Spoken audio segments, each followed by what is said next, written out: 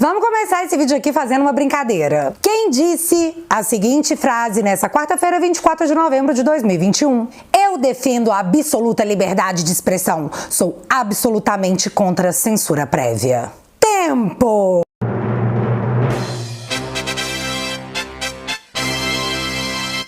Então, o autor dessa belíssima frase digna de uma verdadeira democracia é Alexandre de Moraes. Fala sério, você nunca ia chutar ele, né? Então, o negócio é que eu não posso comentar o que eu acho dessa frase dita por Alexandre de Moraes, porque eu tenho medo de sofrer uma censura prévia e ter o meu canal derrubado, ou quem sabe as minhas contas nas redes sociais deletadas. E aí, meus amigos? Bom ou não? No vídeo de hoje eu quero contar a treta homérica que tá rolando na canhota depois que Lula, boca aberta, emocionado, deixou a língua botar pra fora o que tava reprimido dentro de seu coraçãozinho. Mas a gente precisa descobrir quem irá substituir o lugar de Lula nesse espaço vazio que teoricamente se abre. E ó, se isso não fosse fazer cosplay de Lula, eu daria um dedinho apostando que Sérgio Moro virá ocupar esse buraco aberto, que é o que de fato é, né? Um buraco. Vamos comentar a denúncia em tom de desabafo feita por Guedes a Kim Kataguiri. Vamos comentar que senador Rachadinha, pode chamar assim, né, o Colube, você não fica chateado, resolveu trabalhar e tirar o Senado do limbo que o próprio enfiou à instituição. Nós também vamos esclarecer algumas coisas pro seu Freixo, que tá confuso igual o povo do STF, que se pronunciou dizendo que a PEC da Bengala é tipo uma afronta ao STF. Vamos falar disso. Vamos falar do Moro, porque sim, ele passou muita vergonha e assim, é super legal expor isso? É, super. Mas o negócio é que ele deixou escapar uma coisa que eu considero muito perigosa e a gente precisa estar atento a isso. Muito atento, na verdade. Mas também vamos falar do quanto a oposição trabalha contra o cidadão por pura picardia política. Não interessa se é bom pra você, se é bom pro Bolsonaro, não serve. E eu vou provar pra vocês o quanto eles estavam errados. E pra finalizar, carnaval. Eu sei que o Natal tá mais perto, mas nós vamos falar de carnaval e essa reflexão é extremamente importante. Sem mais delongas, bora falar desse povo que tem zero interesse político e está cheio de boas intenções no coração, das quais o inferno tá cheio.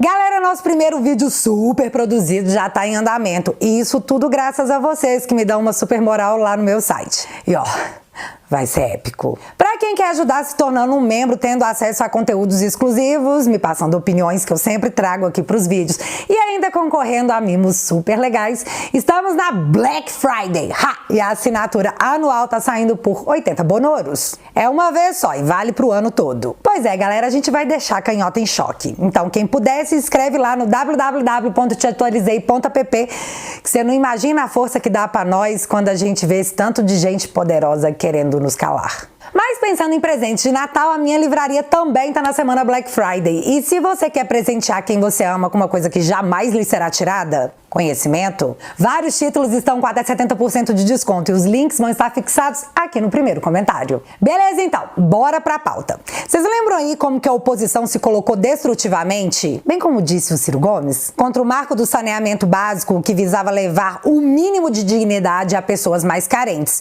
E esse projeto foi totalmente repelido pela esquerda pelo simples fato de ser um projeto do governo. Projeto que beneficiava pessoas. Pessoas felizes costumam reeleger políticos, então, na minha constatação, melhor não deixar as pessoas felizes. A cada R$1 investido em saneamento básico, são economizados R$4 na saúde. Lembre-se sempre disso. Com muita luta, o projeto foi aprovado. E aqui está o resultado dele. Marco do saneamento amplia investimentos e multiplica a carteira do BNDES. Mas sejamos mais específicos. Em 2018, os investimentos em saneamento básico eram de 3,6 bilhões. Em 2019, 2,6 bilhões. Já em 2021, note a sutil diferença. 35,3 bilhões. É simplesmente 10 vezes mais investimento que a oposição queria negar ao cidadão. Galera, isso significa que até 2033 todos os brasileiros terão acesso a saneamento básico, que o próprio nome já diz. É básico. Antes a previsão era para 2050. E aí eu te pergunto, tá ruim pra quem? Pra quem não queria que o projeto fosse aprovado por motivos políticos. E apenas isso. Você entendeu? Se não entendeu, me fala que no próximo vídeo eu peço pro meu filho desenhar e eu te dou pra colorir. Combinado? Ponto. Agora vamos então falar de vergonha alheia, e eu vou tentar não falar muito do Moro, apesar que vergonha alheia, Moro, super combina, porque maiores detalhes estarão em um vídeo especial só pra ele, porque ele merece, vocês merecem. Vamos todos entender o porquê de muitos paranauês. E eles vão ser explicados. Então, eu não sei se vocês viram, mas o Moro deu uma entrevista para a CNN e eu achei uma grande oportunidade de conhecer quem de fato é o político Sérgio Moro. Porque até então ele tem a salvaguarda de ser o juiz da Lava Jato, já que como ministro da Justiça ele bateu palma para os atos autoritários contra pessoas sozinhas em praças. Certa vez, e assim, nem tem muito tempo, bem quando a Lava Jato estava mandando anjinhos pro Chilindró, o STF decidiu que não podia mais usar algemas, porque, né, mó sacanagem isso aí, pra quem vai expor a pessoa esse tipo de vexame? Porém, nós assistimos trabalhadores sendo algemados pelo terrível crime de trabalhar. E antes de eu continuar a me aprofundar na entrevista do Moro, eu tenho que deixar claro qual o meu ranço nessa situação. Governadores e prefeitos que declararam tais medidas, que soldaram portas de comércios, que reviraram mercadorias de feirantes na rua, impossibilitando seu ganha-pão em nome da ciência, continuavam a receber seus salários pagos religiosamente todo mês. O povo do Ministério Público, que do nada ganhou autoridade para decretar lockdown, também. Todo mundo com seus salários em dia pagos por essas mesmas pessoas que foram jogadas à própria sorte por quem, nem de longe, sentiu na pele o pânico de abrir a geladeira e ter apenas água. Quem aí não lembra do post da Vera Magalhães, jornalista, que tem seu registro para arrecadações de tributos como datilógrafa, vai entender. Postando vinho com frios com a legenda quarentene-se. É empatia que chama, né? O que esse povo não viu, mas eu vi, foi pai de família comendo fubá. E enquanto políticos do alto escalão, assim como os mais ricos empresários, eram salvos do uso das algemas, ao cidadão que só queria trabalhar, esse benefício não foi dado. Com a anuência de Moro, do ministro Moro. Senhor ministro da Justiça, por favor. Foi decidido há pouco tempo que não podia botar algema em quase ninguém. Por que estão botando algema em cidadão que está trabalhando, ou mulher que está em praça pública, e a justiça não fala nada? Tem que falar, pô! Vai ficar quieto até quando? Galera, foi pesado demais. Se vocês esqueceram, eu me recuso a esquecer. Continuando, o Moro estava lá na CNN e ele foi perguntado sobre qual seria a sua posição numa reforma administrativa que abolisse os privilégios no judiciário, a qual ele pertenceu grande parte de sua vida. A resposta do Moro, político, foi: veja bem, o problema do servidor público é que uns trabalham, outros não. A gente tem que dar incentivo para essa galera trabalhar. Vamos ter que exercer a meritocracia, porque todo mundo quer saúde de qualidade. Nós temos que diminuir custos desnecessários, mas eles não são os vilões. Isso é super simples de resolver, é um problema de gestão. Nisso a cara do William Vac tava assim. É sério, né? Nem piada, a cara dele era essa mesma. Eu acho que percebendo a cara do seu Vac, o Moro me solta isso aqui. E eu vou abrir aspas pra ninguém falar aqui que eu tô tirando nada de contexto. Nós temos que ter uma reforma administrativa que pode ser feita via constitucional, mas também nós podemos tomar medidas na via legal. What? Deixa eu entender, o Moro tá dizendo que pode sim, claro, por que não, fazer uma reforma administrativa via constitucional, né, que ele diz que é super fácil. Ou seja, prevista na Constituição, ou via legal. Mas o que seria uma via legal? Seria uma via judiciária? Moro poderia estar pensando numa reforma feita e chancelada pelo judiciário? Foi isso que aconteceu? Porque assim, foi o que eu entendi. E galera, isso é muito sério, porque nós estamos assistindo hoje o judiciário transbordar suas atribuições em cima dos demais poderes. Se foi isso realmente que o Moro quis dizer, ele entende que as vias legais poderão passar por cima das vias constitucionais. Então, o Congresso pra quê? Tudo que não é constitucional por si só é inconstitucional, e eu espero que isso fique muito claro. Mas só pra finalizar, foi no final desse trecho que a minha cara ficou tão quente que dentro de mim quase que saiu um... Ai, meu Deus, coitado! Situação. Após falar um Dilmê sensacional e o Vac continuar com aquela cara de quem tá tentando entender javanês, o entrevistador solta o seguinte: eu não sei se quem nos assiste entendeu se afinal de contas o senhor lutaria contra determinados privilégios no funcionalismo público, mas deixo a seu critério se quiser prosseguir nessa linha. Certeza que na cabeça do Moro tava passando: como assim você não entende o dialeto de um mês de embromation? Droga, vou ter que usar a carta Lava Jato. Aí ele foi lá e respondeu: não, Não, pera, é que a minha vida sempre foi lutando contra privilégios. A Lava Jato representa o fim do privilégio da impunidade de quem comete corrupção. Essa foi exatamente a resposta do Moro. Sim, e esse fim de privilégio de impunidade é muito bem observado quando vemos o Lula na Europa, bancado com dinheiro público via fundo partidário, falando para todo mundo as suas ideias autoritárias, com uma quase licença poética concedida por jornalistas. E, claro, candidatíssimo à presidência da República, cargo que agora o Moro almeja. O bom é que, segundo o próprio Moro, ele não guarda nenhum rancor do Lula, tipo, foi sim o maior esquema de corrupção do mundo, eu fui considerado suspeito, mesmo com 2 condenações em tribunais superiores que chancelaram a minha sentença. Eu defendi o Fachin quando ele livrou o Lula de todas as coisas que eu o sentenciei, mas eu não guardo rancor porque os privilégios da impunidade acabaram. Sim, acabou. E você sabe o que é mais interessante? Moro foi lá no Senado e sabe-se lá por quê, já que ele não ocupa nenhum cargo político ainda, para se posicionar contra a PEC dos precatórios. O cara foi lá para tumultuar uma necessidade do governo para pagar Auxílio Brasil pra galera que quebrou com o Fica em Casa, senão você pode ser preso, defendida pelo próprio Moro. E por outro lado, a pessoa que infringir essas medidas determinadas pelos médicos, autoridades sanitárias, de isolamento ou quarentena, pode estar cometendo um crime e aí vai ter que responder perante a justiça, podendo até ter que cumprir uma pena de prisão.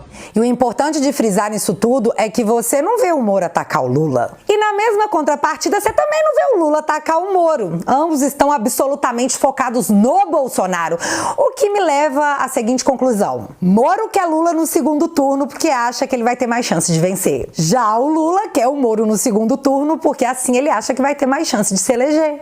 Ambos estão, eu daria meu dedinho nessa aposta, se isso não fosse me transformar em cosplay de Lula, que tá rolando assim um combinado, quase um pacto de não agressão. Foca no Bolsonaro. Vocês também perceberam isso ou eu tô ficando doida? Aliás, o próprio MBL, a secunda do Moro, já disse que não só o Moro como a Lava Jato são canhotas. E não duvida não, porque o vídeo com esse sincericídio tá lá no meu Instagram, tá? Então pode ser que não seja tão loucura assim.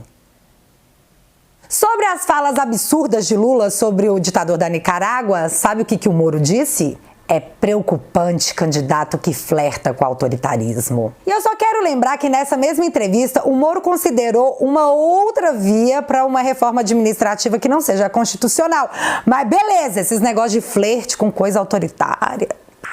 Então, tipo assim, o Moro tá dizendo que o Lula flerta com o autoritarismo. Flerta. Really? Segundo o pai dos burros, flertar significa demonstrar interesse. Defender regimes autoritários não é flerte, é relacionamento sério. Dar dinheiro para ditaduras, aí já é casamento. Dizer que quer regulamentar os meios sociais, coisa que vemos na China, na Coreia do Norte, na Síria, em Cuba, aí já é bodas de ouro, meu filho, não é flerte não. Mas mais uma vez, as críticas de Moro a Lula são suaves, entre linhas, são quase gentis. Beleza, agora eu quero falar sobre fingir demência em níveis profissionais. Eu acredito que todo mundo já tá sabendo que foi aprovado na CCJ a PEC da Bengala, que voltaria para a idade de 70 anos a aposentadoria de ministros do STF. Agora essa PEC vai para uma comissão especial para ser analisada. E tá, antes eu preciso só te explicar como que as coisas funcionavam, como que elas mudaram e como a gente vai tentar reverter essa bagaça. A idade para a aposentadoria de ministros do STF era de 70 anos. Porém, em 2015, governo da Dilma, quando a Lava Jato estourou e todo mundo já estava sabendo da sujeirada toda envolvendo o Partido dos Trabalhadores e o impeachment da própria mãe Sapiens já estava na boca de todo mundo e era algo praticamente irremediável, foi aprovada a PEC da Bengala, que aumentava a aposentadoria dos servidores públicos da União, Estados, Distrito Federal e municípios, assim sendo ministros do Supremo, dentre outras autoridades, só deixariam seus cargos aos 75 anos. E esse projeto da Bia Kicis, que foi apresentado lá na CCJ e foi aprovado, revoga essa PEC. Que, por sinal, só a título de curiosidade, o Kim Kataguiri votou contra. Ficou claro pra todo mundo?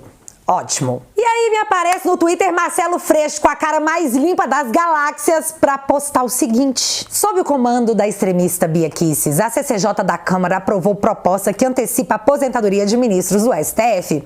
Se a mudança passar, Bolsonaro indicará mais 2 membros para a Suprema Corte. É uma clara tentativa de aparelhamento do judiciário. Uma clara tentativa de aparelhamento do judiciário. Seu Freixo. Deixa eu te contar um negócio rapidão. Hoje o STF possui 10 ministros e, se Deus quiser, na semana que vem 11.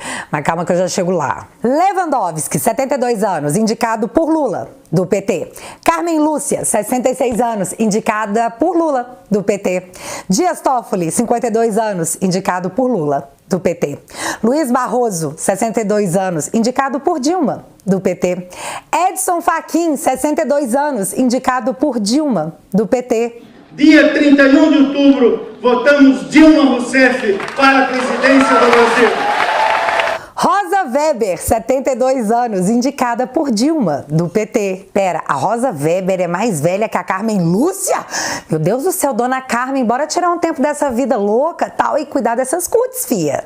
Luiz Fux, 67 anos, indicado por Dilma, do PT. Aí nós temos o Gilmar indicado por seu Ceboso, Alexandre indicado por Temer e Cássio por Bolsonaro. Freixo, você entende que de 10 ministros do STF, 7 foram indicados pelo PT e você quer levantar o dedo na cara de alguém para falar em tentativa de aparelhamento do judiciário? Você realmente acha que a gente é tão burra assim? O pior é que eu acho que você acha. Mas você sabe quem também acha que a gente é Juninho? A Folha.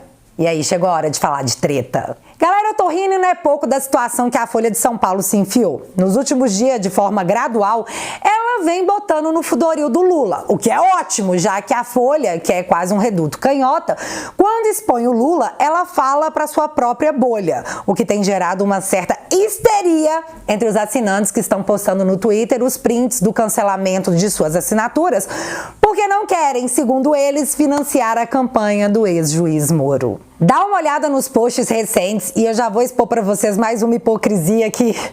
Ai, gente, que ranço. Eles acham, tipo, que aqui é todo mundo palhaço.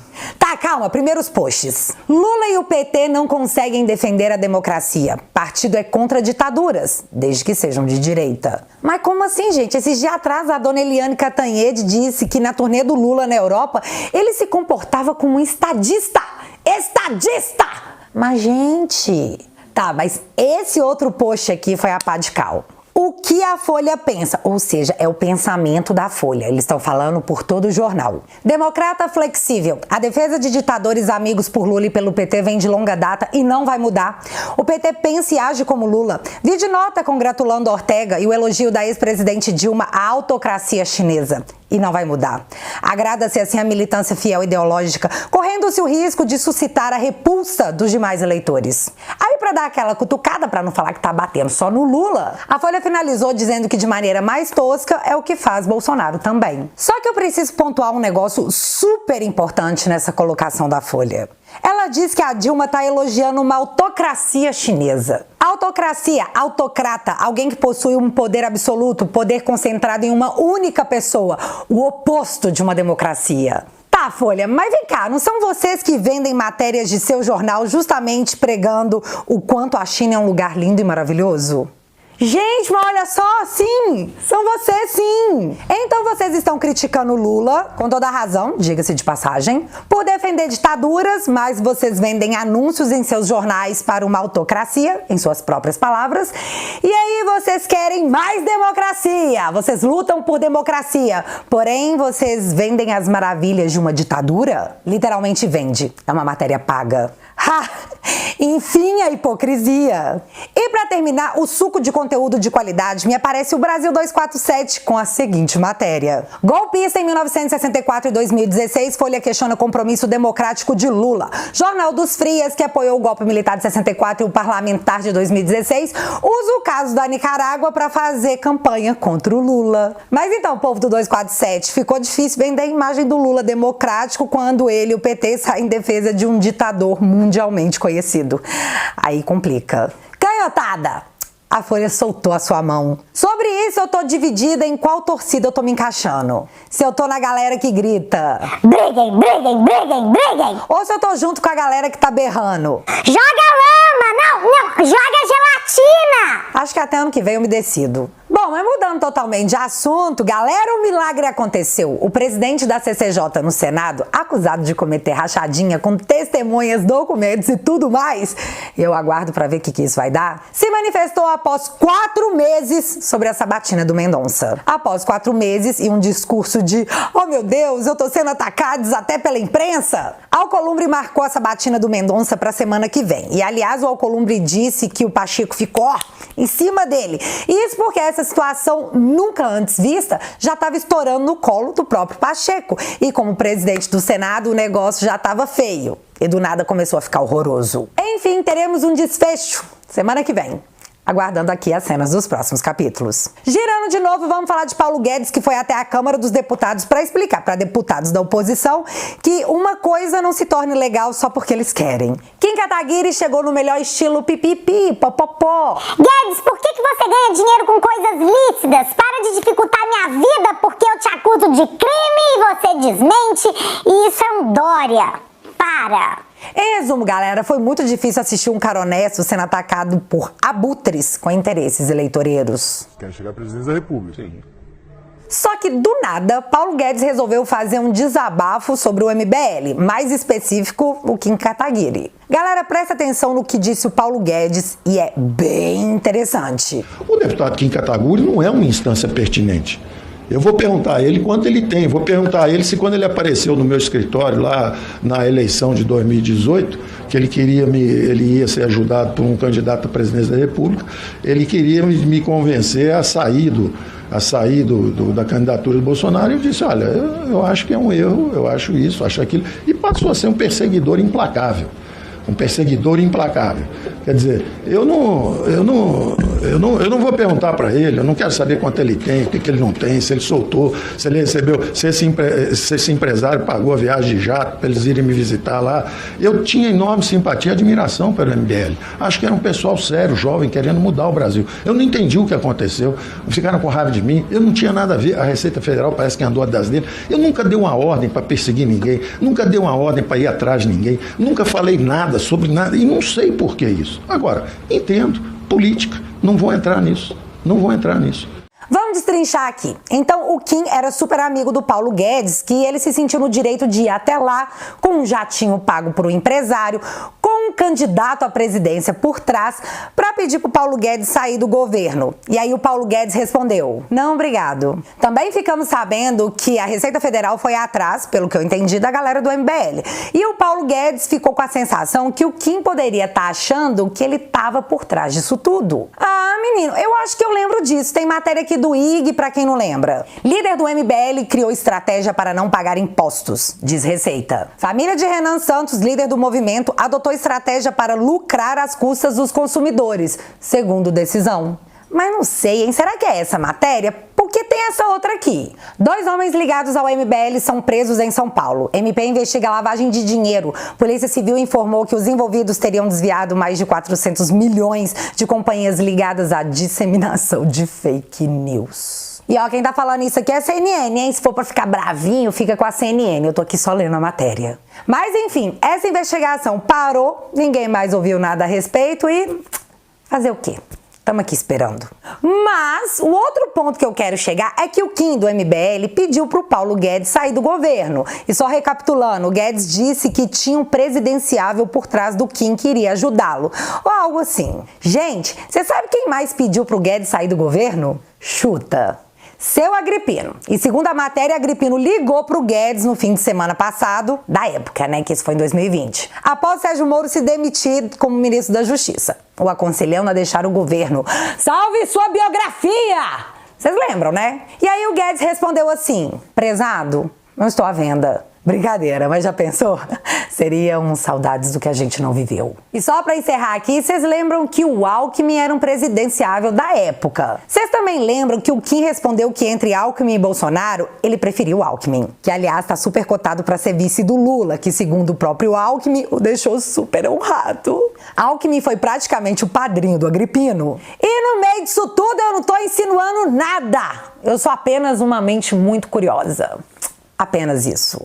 E para encerrar esse vídeo, eu te convido a refletir sobre o carnaval. Angela Merkel veio a público dizer que a Alemanha está prestes a entrar em sua 4ª onda e que ela será a mais terrível de todas. E enquanto a Europa vive um clima de medo, inclusive com novos fechamentos já sendo anunciados, a gente está aqui comprando ingresso para os shows, cadastrando bloquinhos de carnaval para levar milhares de pessoas às ruas. Gente, foi exatamente isso que aconteceu em 2020. Enquanto o mundo sentiu o avanço do flango flito, a gente pintava a cara, colocava fantasia e pulava carnaval.